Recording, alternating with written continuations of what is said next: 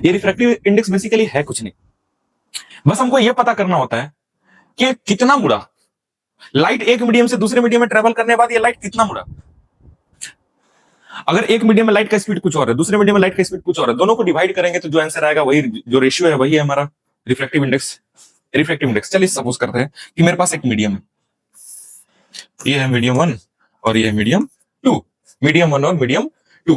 अब मीडियम 1 में एक लाइट का रे आता है, आया आया आया, आ गया यहाँ पर लाइट। नॉर्मल बना लेते हैं एक,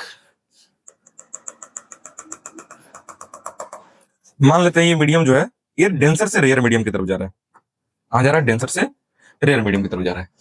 ये जाहिर सी बात है ये अवे फ्रॉम द नॉर्मल हुआ, चाहे कोई भी मीडियम ले सकते हैं, डेंसर से रेयर, रेयर से डेंसर, कुछ भी ले सकते हैं।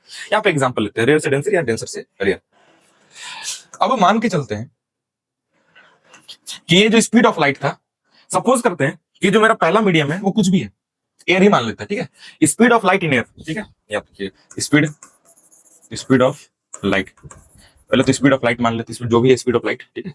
इसको speed of light in air को सी मान लेते हैं, और speed of light in air ना, इन एयर, और speed of light in other medium, चाहे वो मीडियम कोई भी हो, स्पीड ऑफ लाइट इन कोई भी मीडियम को हम लोग भी मानते हैं। क्या मानते हैं? भी मान लेते हैं, any medium,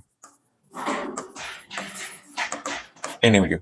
speed of light in other medium को हम लोग कुछ भी मान लेते हैं, उसको हम लोग एन भी बोलते हैं, ठीक है। एन को हम लोग बोलते हैं रिफ्लेक्टिव इंडेक्स, एन, एन। अब एन का मतलब ये हुआ कि स्पीड ऑफ लाइट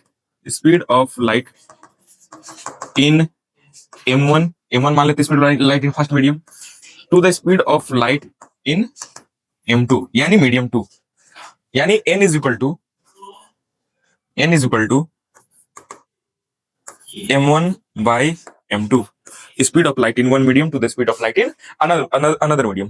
तो refractive index is basically the ratio of speed of light in one medium to the speed of light in other medium.